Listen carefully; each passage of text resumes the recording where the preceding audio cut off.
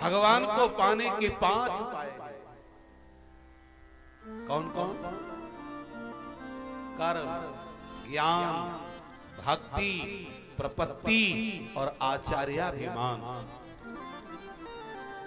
कर्म, कर्म में हम क्या करें? भगवान की पूजा, पूजा रूपी करें। पूजा दिश्वति गर्गा, गर्गाचार्य जी के मत से पूजा सबसे श्रेष्ठ साधन है। तो भगवान की सेवा रूपी कर्म को करें।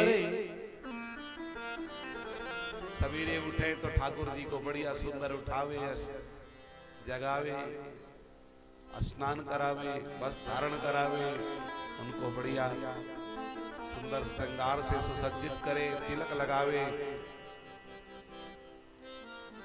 तिलक लगावे ठाकुर जी को।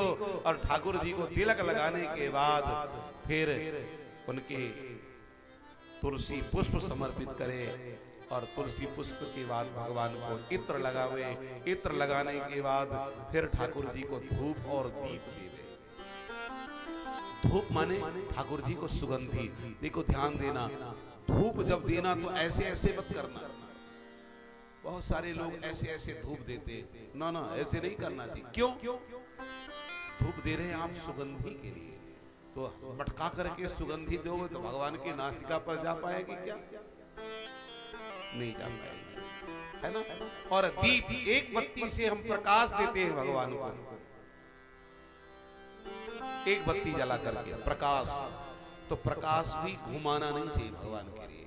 प्रकाश देने के बाद फिर हम भगवान को भोग लगाए। प्रातः काल कुछ भी जो खिलाए पिलाए, भोग लगाने मतलब भगवान को ब्रेकफास्ट, नाश्ता, बाल भोग। ठाकुर जी को, बच्चों को जल्दी भूख लगाती है ना। ठाकुर जी से कैसे प्रेम करना चाहिए? आशीष जी कैसे प्रेम करें ठाकुर जी से? सुत सो प्रीति प्रतीति मित्र जो नृप जो डर डरिए। भगवान से बेटे जैसे प्रेम होवे, जैसे बेटे से प्रेम करते, बेटे के बिना एक क्षण नहीं रह पाते, है ना। विश्वास कैसे होवे? मित्र जैसे। हमारा दोस्त, हमारा साथी हमारे साथ में है ना, हमें डर नहीं है। क्योंकि मित्र कहता है कि हम हैं तो डर किस बात की चिंता, बताओ हम खड़े हैं। हमारे दोस्त कौन है?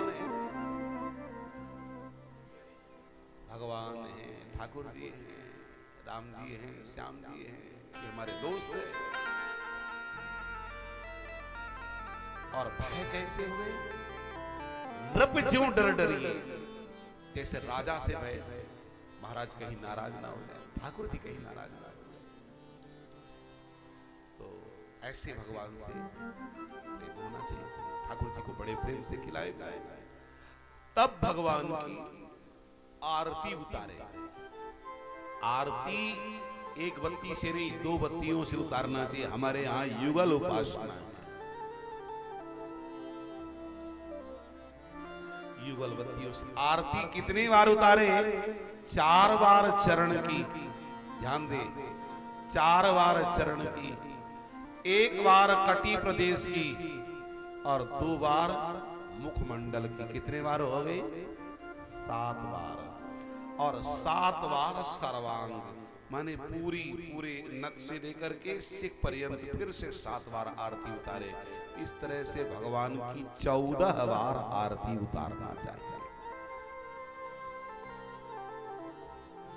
और